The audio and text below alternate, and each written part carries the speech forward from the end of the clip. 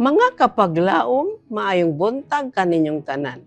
Ang atong hilisgutan karong Disyembre 30 giuluhan og nganong gitugot ang dakong away. Ang atong teksto makita sa Efeso 4:9 taman sa 10.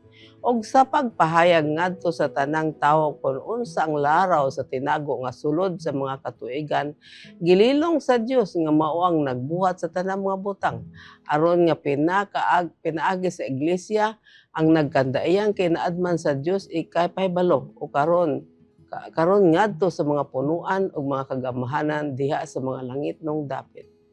Kapag laom, unsa ang tumong ngano nga ang dakong away gitugutan nga magpadayon hangtod sa kapanahunan? Ngano man nga ang pagkabuhi ni Satanas wala gipaundang sa pagsugod siyang pagsupak. Kini gitugot aron nga ang universo makasabot sa ustisya sa Dios diha sa iyang pagtratar sa dautan. Aron nga ang sala makadawat sa walay katapusan nga pagkahinukman sa silot. Diha sa plano sa pagtubos adunay mga kataas o kalalom nga mga kahangturan dili gayud mahurot, mga kahibulungan nga diin ang mga manulunda nagahandom sa pagtanaw.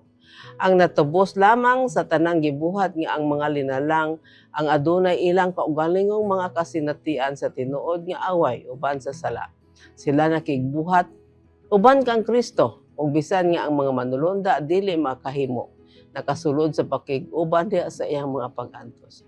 Siya mibanhaw kanato uban kaniya og nagpalingkod kanato uban kaniya sa mga langit nung dapit. Aron nga sa mga katuigan nga umalabot, siya makapadayag sa dili masukod nga kadagaya sa iyang grasya. Tungod sa iyang mapuanguron kanato diha kang Kristo Hesus, samtang ang mga nasod sa natubos magatan-aw sa ilang manunubos og magasud-ong sa walay katapusan nga himaya sa amahan nga nagadaan-ag diha sa iyang panagbay. Samtang sila magasud-ong sa iyang trono nga gikan sa walay katapusan hangtod sa walay katapusan ug nahibalo sa iyang gingharian, walay pagkatapos sila magasinggit sa malipayon nga alawiton.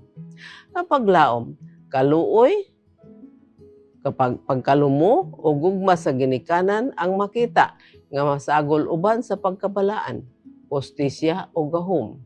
Samtang atong makita ang kahalangdon sa iyang trono, ibabaw ug nabayaw atong makita ang iyang kinaiya diha sa madagayaon nga pagdayag og makasabot nga manukad wala nasabti sa pagkamahinungdanon ni na ang suod nga pagtawag among amahan.